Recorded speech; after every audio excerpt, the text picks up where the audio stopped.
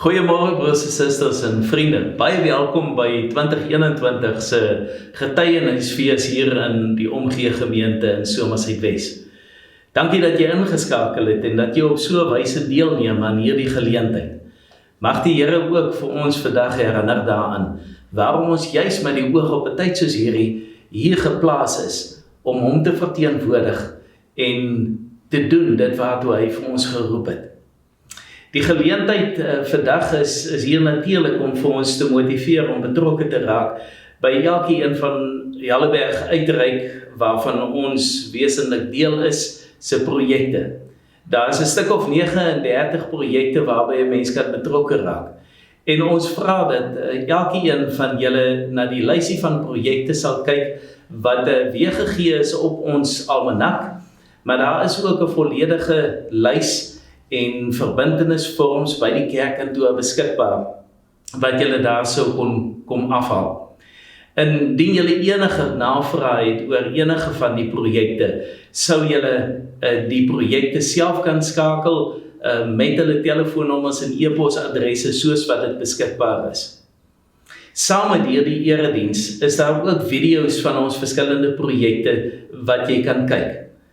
Kyk gerus daarna en skakel elkeen van die projekleiers van die projekte waarin jy belangstel om by betrokke te raak. Daar's 3 wyses waarop ons by ons projekte kan betrokke raak. Die eerste daarvan is natuurlik deur middel van gebed. En dan kan jy ook betrokke raak deur prakties aan te sluit by die projekspan of te hoor waar hulle hulp nodig het sodat jy op 'n praktiese wyse ook kan inskakel by dit waarmee hulle besig is. En dan die laaste, maar nie die minste nie, kan ons ook betrokke raak deur hierdie projekte te befonds. Ons droom is dat jy by ten minste een van ons projekte betrokke sal raak. Kyk daarom gerus na ons hele lysie van 39 projekte. En as jy regtig nie kan besluit waarby jy wil betrokke raak, maar jy voel dat die Here dit vir jou op die hart druk, dat jy iewerster moet betrokke raak, dan is daar 2 ander projekte waarby jy finansiëel betrokke kan raak. Die eerste is ons administrasiefonds. En dit help om die oorhoofse koste van Helleberg Uitreik te dek.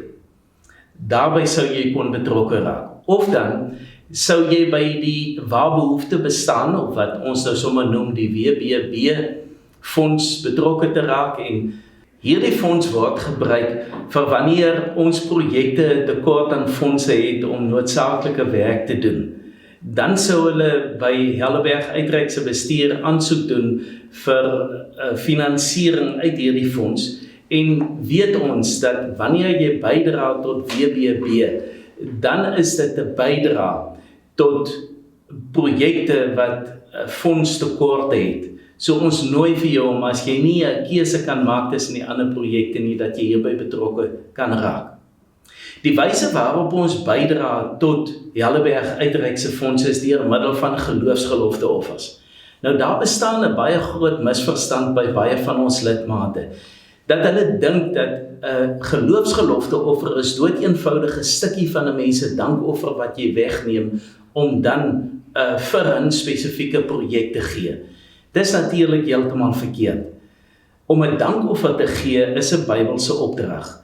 Dis wat die Here van ons verwag, sodat sy werk kan gebeur hier op aarde. Ons dankoffers finansier daarom ons gemeentes se bestaan en se gesonde funksionering. En dit is 'n som wat jy maak uit jou normale inkomste.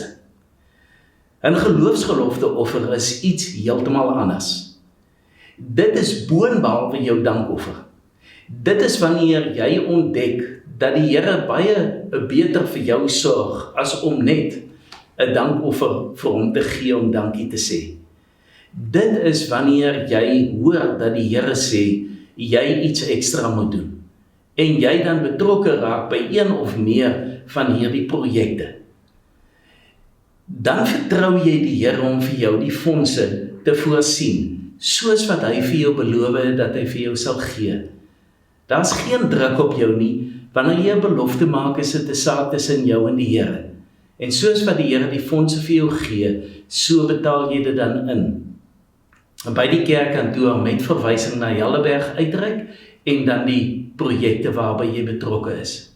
Moet daarom nie van jou dankoffer aftrek om dit vir geloofsoffers te gee nie, want dan verstaan jy nie regtig waaroor dit gaan nie. Jy gee dankoffer en boonbehalwe dit gee jy 'n geloofsoffer. Dit sover die afkondigings betref. Ons wil vandag graag vir Dominee Strydom Brouwer as prediker verwelkom. Ons deel hom vandag met die Helleberg gemeente, wat ook hulle uitreifees het. En hulle luister daarom ook na dieselfde boodskap. Dominee Strydom Brouwer was vir amper 30 jaar 'n leraar van Gordons Bay gemeente, waarna hy in 2019 na Bible Media is, en op hierdie stadium in 'n tussenseisoen is, waar hy probeer wag en luister dat die Here vir hom presies sal wys, waar hy homself in die toekoms sal bevind, en waar hy ook die werk van die Here sal doen. Broers en susters, voordat ons vir Dominee Strydom Brouwer aan die woord stel, kom ons maak ons oë toe en dan bid ons die seën van die Here af op hierdie geleentheid. Hemelse Vader, feeste is dinge waarin ons kom herinner dat U God is, dat U koning is, dat U regeer oor die hele skepping, te midde en ten spyte van moeilike tye soos die waarin ons op die oomblik is. En ons weet, Here, dat sulke tye soos hierdie is juist tye waarin ons nodig het om te getuig van die liefde en die grootheid van die feit dat U regeer. En Here, deur elkeen van die Helleberg uitreikse projekte wil ons die oorwinning wat daar in Jesus is uitdra na mense wat in nood is. En ons bid daarom dat U deur middel van hierdie geleentheid elkeen van ons lidmate sal inspireer en sal motiveer tot betrokkenheid en tot diens. Gebruik daarom vir Strydom vandag om op so 'n wyse mense te inspireer dat hulle nie anders kan as om uit dankbaarheid vir U goedheid betrokke te wees by ons getuienisstaak in hierdie wêreld nie. Ons vra dit in Jesus se naam. Amen. Strydom, dis vir ons baie lekker om jou vandag hier by ons te hê. En ons vertrou dat die Here jou sal gebruik om ook van hierdie uitreikfees 'n feesgeleentheid te maak, waar tydens die saad van die koninkryk in mense se harte gesaai sal raak, en dat dit sal groei en sal vrugte dra in elkeen van Helleberg uitreik se projekte. Baie welkom en baie dankie dat jy hierdie erediens vir ons sal lei.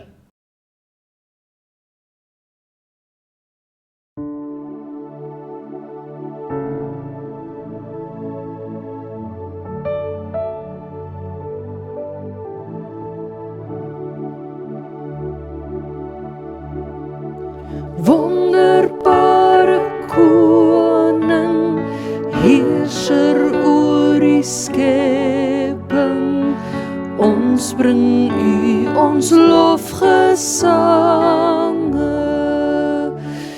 Deur die goedheid, Vader, kan ons tot U nader.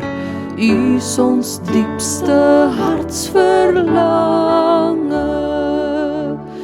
Laat die lied wat ons bied opstyg na U woning, wonderbare koning. Loof hom hemel bo, loof hom berg en dale, daar's geen einde aan sy werke. Loof my siel die Here, bring hom dank en ere, hy is die onmeetlik sterke. Hef omhoog, hart en oog, wie kan ooit op aarde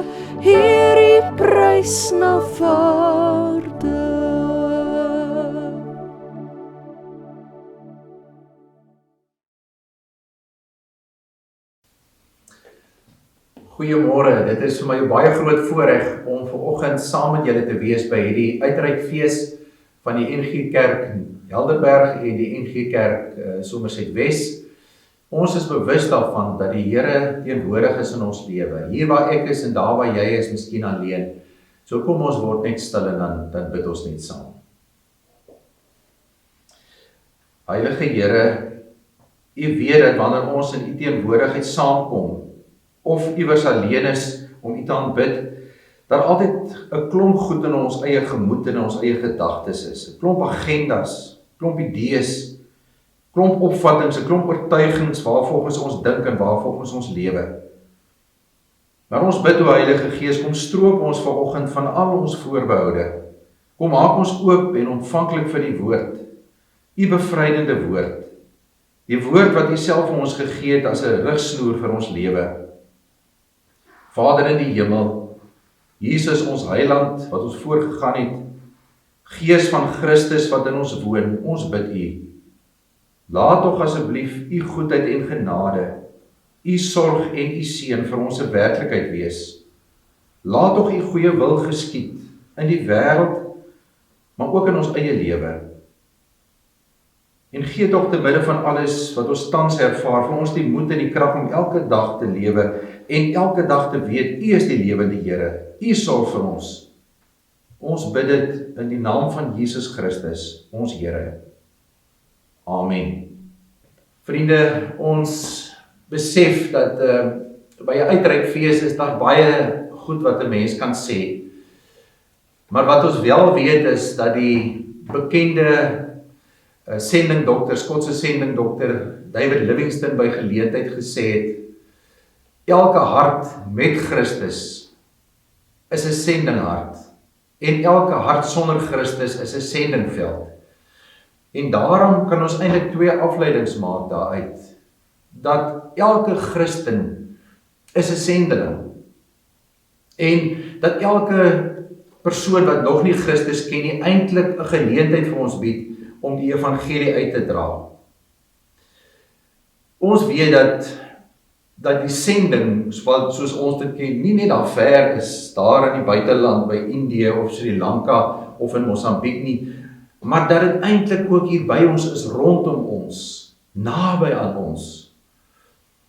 En vriende, ons gebruik so dikwels die woord sendeling of sending, ons gebruik dit deesdae minder hierdie woorde, ons verkies om liewers die woorde te gebruik om 'n gestuurde of 'n volgeling van Jesus te wees. En een van die persone wat iets verstaan het van sy roeping om 'n volgeling, 'n gestuurde van Jesus te wees, is Paulus. Van Paulus se eie bediening lees ons in Handelinge 11 en Handelinge 13. Kom ons lees dit saam. Ons gaan lees Handelinge 11 vers 19 tot 26, hoofstuk 13 1 tot 3 en dan ook vers 44 tot 49. Deur die vervolging wat na Stefanus se dood ontstaan het, is die gelowiges uitmekaar gejaag. Party van hulle het na Fenisië, Siprus en Antiochië toe gegaan, maar hulle het die woord aan niemand anders as net aan die Jode verkondig nie. Onder die vlugtelinge was daar sekere mense wat van Siprus en Cyrene afkomstig was en wat aan Antiochië gekom het en daar ook aan die Grieksprekendes die evangelie dat Jesus die Here is verkondig het. Die Here het die gelowiges gehelp sodat daar baie mense tot geloof gekom en hulle tot die Here bekeer het. Die berig hieroor het die gemeente in Jerusalem bereik en hulle het vir Barnabas na Antiochië toe gestuur.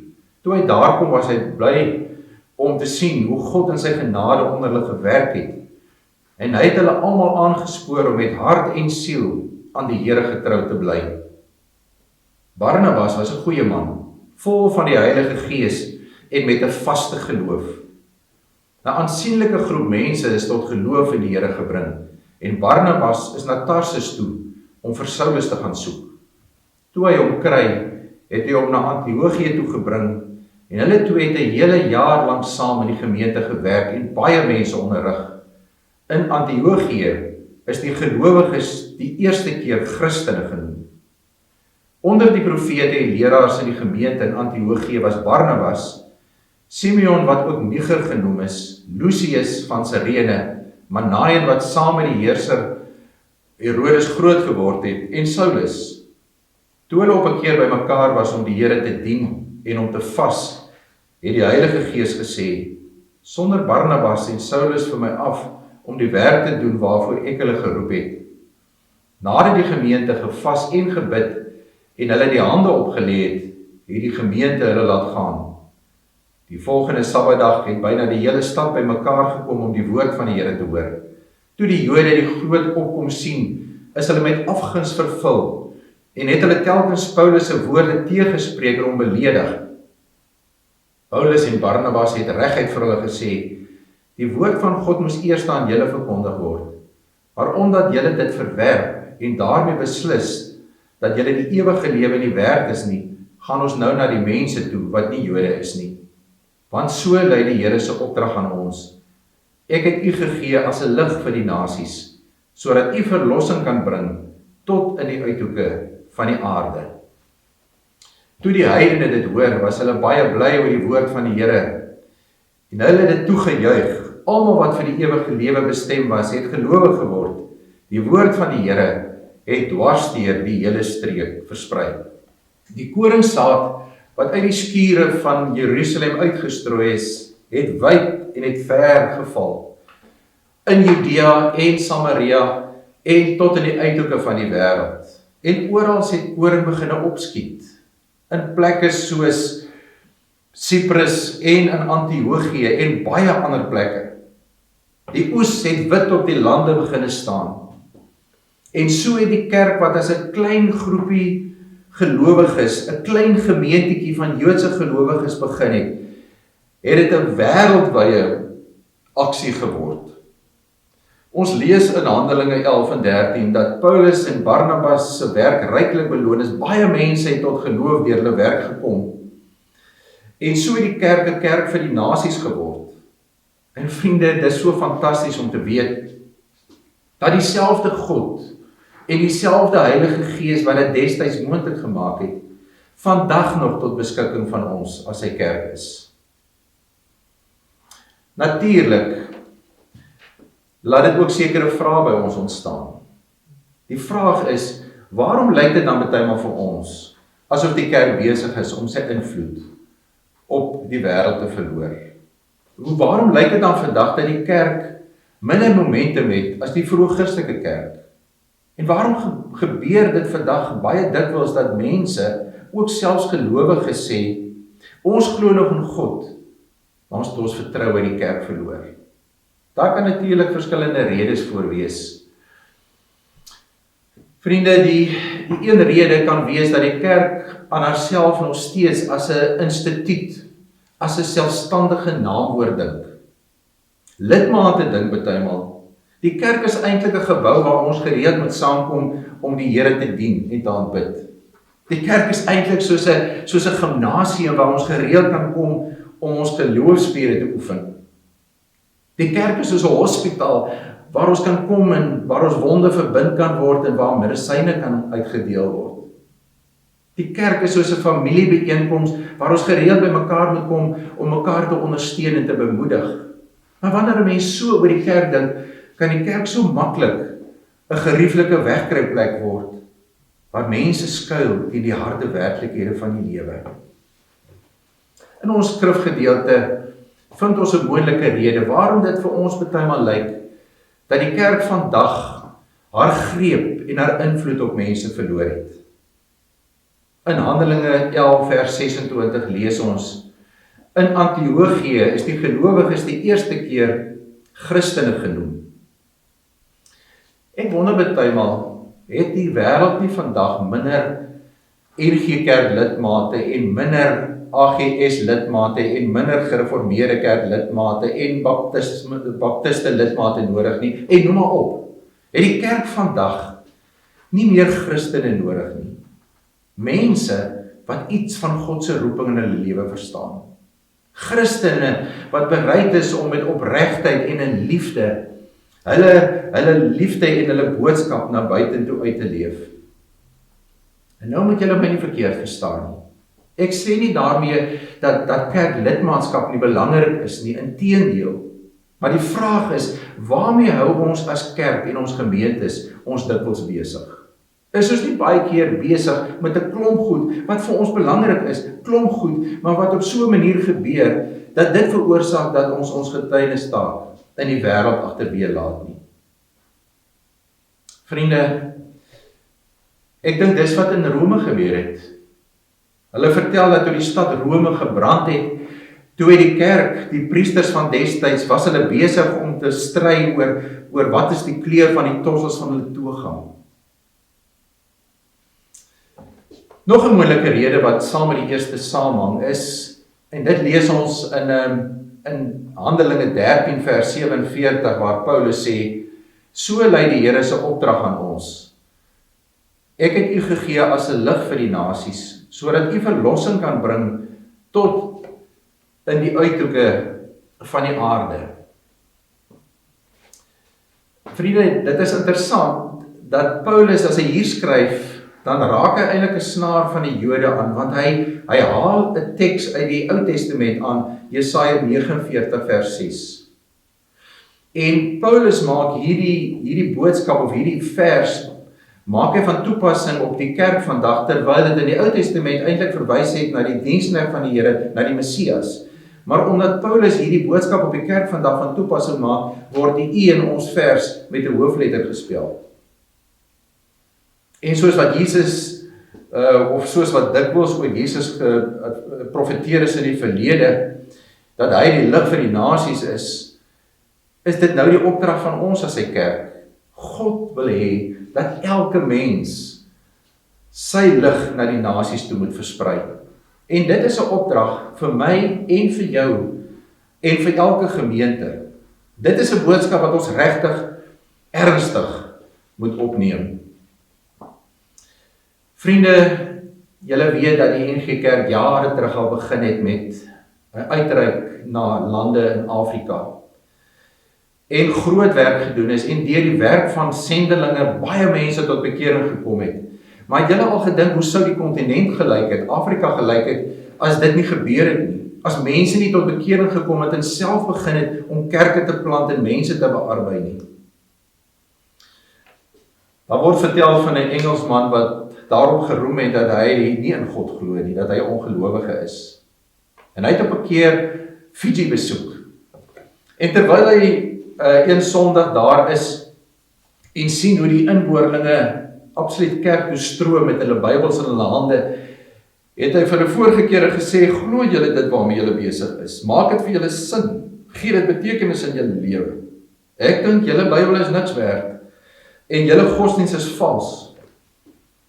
En toe eenvoudige inboorling onderwysers vir hierdie man gesê, weet jy, dis net jou geluk dat ons jare terug die heidendom verlaat het en kannibalisme nagelaat het, agtergelaat het, en dat ons die Bybel en die Christelike boodskap aanvaar het, want as dit nie so was nie, het ons jou nou net hier doodgeslaan, jou gevange geneem, jou in 'n oond gesit, gaar gemaak en geëet. Ons moet verstaan, elke Christen is 'n sendeling. Elke Christen, ek en jy, is gestuurdes van die Here. Vriende, as ons as kerk dit verstaan, sal ons weet dat ons nie net 'n selfstandige naamwoord kan wees nie, maar ook 'n werkwoord. As 'n mens die Ou Testament lees, dan kom jy agter baie profete dit verstaan, onder andere Jesaja wat dit verstaan het. En toe Jesaja as 'n profeet geroep is, toe was hy baie bang, want hy besef, as hy 'n boodskap verkondig waarvan die mense nie hou nie, staan hy 'n kans dat hy doodgemaak gaan word. En ten spyte daarvan het hy geantwoord op sy roeping.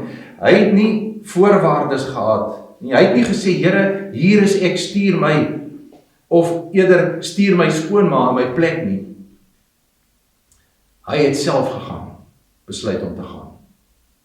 Maar nou is dit ook so, nie almal van ons is mos nou profete soos Jesaja nie, of nie almal van ons kan predikante wees wat voltyds in die diens van die Here staan nie. Maar wat waar is, en dit lees ons in 2 Timoteus 1 vers 9, as Timoteus skrywe, hy het ons gered en ons geroep om aan hom toegewy te wees. Wat staan hierso? Hier staan eintlik dat elke geredde het ook 'n roeping ontvang. Elke geredde het ook 'n roeping ontvang. Beteken dit nou dat ons moet gaan preek? Nee, nie noodwendig nie. Nie almal hoef te gaan preek nie, maar wat waar is dat almal van ons die evangelie van Jesus se liefde moet uitdra oral heen.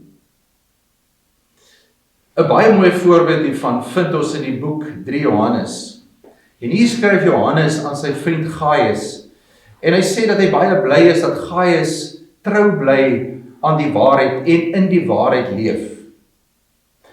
Die vraag is, het Gaius gepreek? Nie noodwendig nie. Want hy was waarskynlik 'n baie ryk sakeman en hy het sy roeping verstaan dat hy die rondreisende leraars moes inneem in sy huis, hulle versorg, hulle huisvesting moes gee.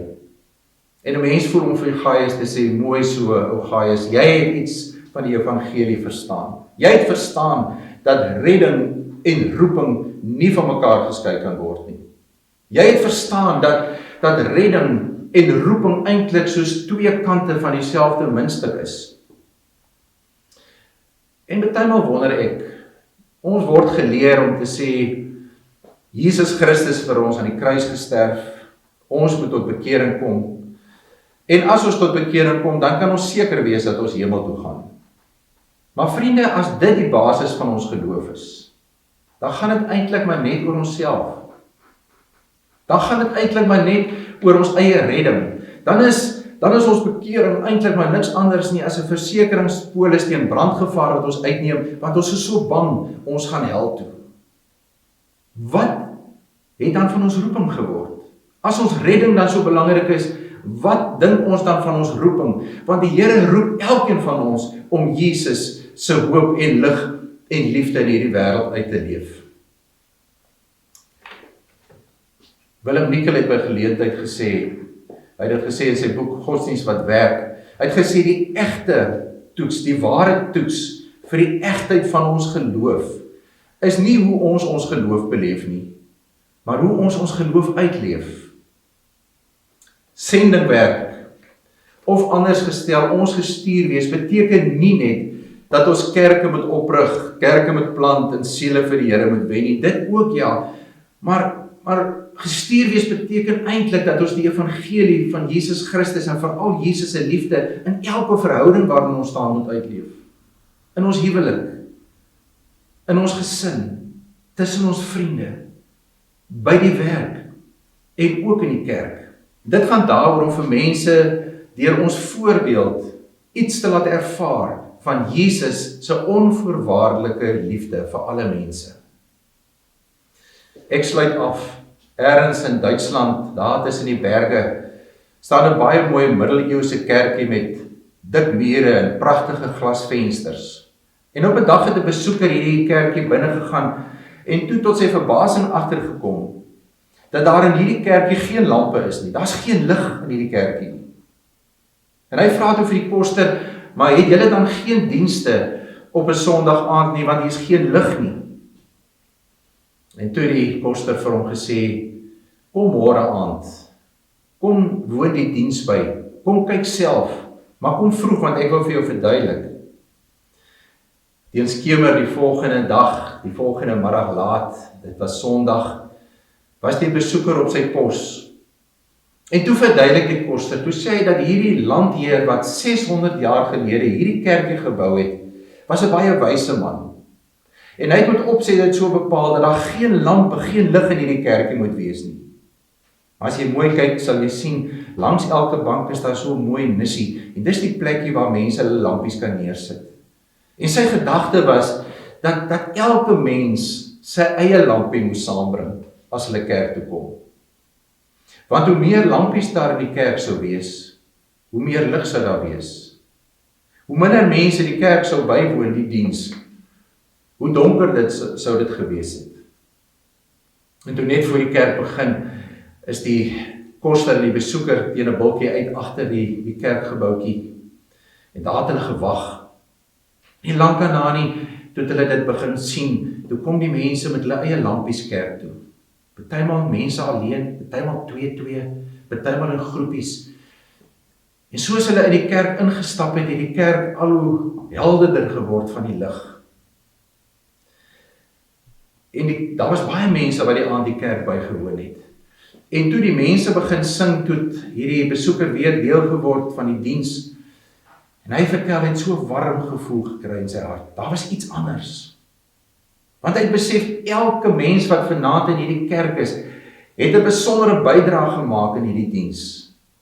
Want elkeen het sy eie lampie saamgebring. En net voordat die predikant die seën uitgespreek het, het die besoeker weer die kerk verlaat en opgegaan in die bultjie om daar te gaan sit. En na die predikant die seën uitgespreek het en die orgel begin speel het, toe gebeur dit. Toe begin die mense uitbeweeg, elkeen met hulle eie lampie. En soos wat hulle uitbeweeg het uit die kerkgebou, het die kerk al donkerder geword. Maar is die strate van hierdie dorpie rondom die kerk verlig. En later het hulle in hulle eie huise inbeweeg en hierdie lig helder begin skyn deur die vensters van elke huisie. En toe hierdie besoeker besef, dis waaroor dit gaan. Jesus het gesê dat ons sy ligdraers moet wees en ons moenie net ligdraers wees in die kerk nie, ons moet ligdraers wees oral waar ons gaan. Jesus het ons by geleentheid vir ons dit so mooi gesê, julle is die lig vir die wêreld. 'n Stad wat op 'n berg lê, kan nie weggesteek word nie. Ook steek 'n mens nie 'n lamp op en sit dit onder 'n emmer nie, maar op 'n lampstander en dit gee lig vir almal in die huis. Jesus se opdrag aan ons is dat ons sy boodskap van hoop en lig en liefde oral moet uitdra. Vriende, wanneer dit gebeur, besef 'n mens, jy doen iets reg. Jy is besig om hande en voete te gee aan die evangelie. Want as ons nie hierdie opdrag van Jesus ernstig neem om sy ligdraers te wees nie, dan gee ons nie ag op die evangelie nie. En as 'n mens nie die opdrag van die evangelie van liefde uitleef nie, dan hou ons in werklikheid op om evangelies te wees. Kan ek dit weer sê? As ons die lig van Jesus nie uitdra oral waar ons beweeg tot in die uithoeke van die wêreld nie, dan hou ons op om in werklikheid evangelies te wees. Wanneer ons antwoord op God se roeping in ons lewe, en wanneer ons bereid is om uit te reik, en wanneer ons dit doen te beleef hoe God oral rondom ons tekens van hoop en lig en liefde oprig, dan besef ons daar soveel rede vir ons om fees te vier. Sommer maar net omdat ons weet hoe oneindig lief God vir elkeen van ons het, en dat hy vir elkeen van ons kan en wil gebruik, en dat sy genade so oorvloedig in ons lewe is. En vriende, wanneer 'n mens dit besef en diep onder die indruk daarvan kom, dan kan ons nie anders as om fees te vier nie. Daarom geniet die fees. Dis vandag ons fees. Geniet die fees. En ons weet, aan God kom al die eer toe. Amen. Kom ons bid saam. Hemelse Vader, vanoggend wil ons saam met die ou groot heilige Franciscus van Assisi bid. Here, maak my 'n werktuig van die vrede. Waar daar haat is, laat my liefde bring. Waar daar wraak is, vergifnis. Waar daar twyfel is, geloof. Waar daar wanhoop is, hoop. Waar daar duisternis is, lig. Waar daar hartseer is, vreugde. O Heilige Meester, gee dat ek nie soseer daarna sal soek om vertroos te word nie, maar om te vertroos. Om verstaan te word nie, maar om begrip vir ander te hê. Om bemind te word nie, maar om ander lief te hê. Want dit is deur te gee dat ons ontvang. En dit is deur te vergewe dat ons vergewe word. En dit is deur te sterwe aan onsself dat ons tot die ewige lewe gebore word. Amen.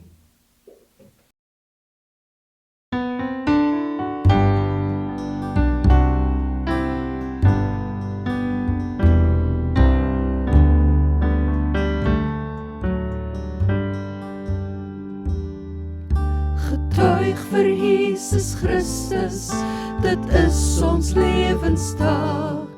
Ons weet dat elke een van ons nie langer skaam mag wees, maar dat ons met vrymoedigheid die boodskap moet versprei, sodat die hele wêreld hoor, deur woorde en deur daad. Die Here Jesus is ons Heer, en almal moet hom eer. Getuig, getuig, vertel, vertel, sê dit nou oral oor. Die Here Jesus Christus is Heer en hy regeer. Die liefde van ons Here, dit dring ons meer en meer. Ons kan nie langer stil bly nie, ons moet dit uitbasuin. Met heilige lewenswyses, gedring deur dankbaarheid, wil ons dit oral oor en ook vir almal gaan vertel. Die Here Jesus is ons Heer, en almal moet hom eer. Getuig, getuig, vertel, vertel, sê dit nou oral oor. Die Here Jesus Christus is Heer en hy regeer. Die Here Jesus Christus is Heer en hy regeer.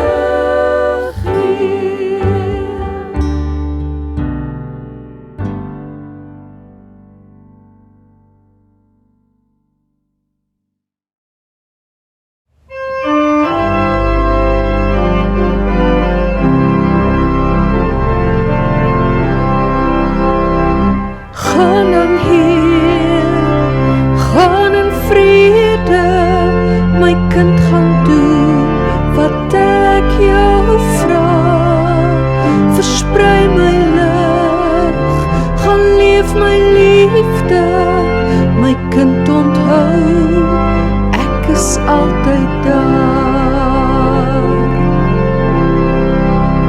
Kyk, ek gaan voor jou uit, ek maak die pad gelyk. Ek is langs jou om jou veilig vas te hou. Ek is agter jou, ek keer die bose weg van jou.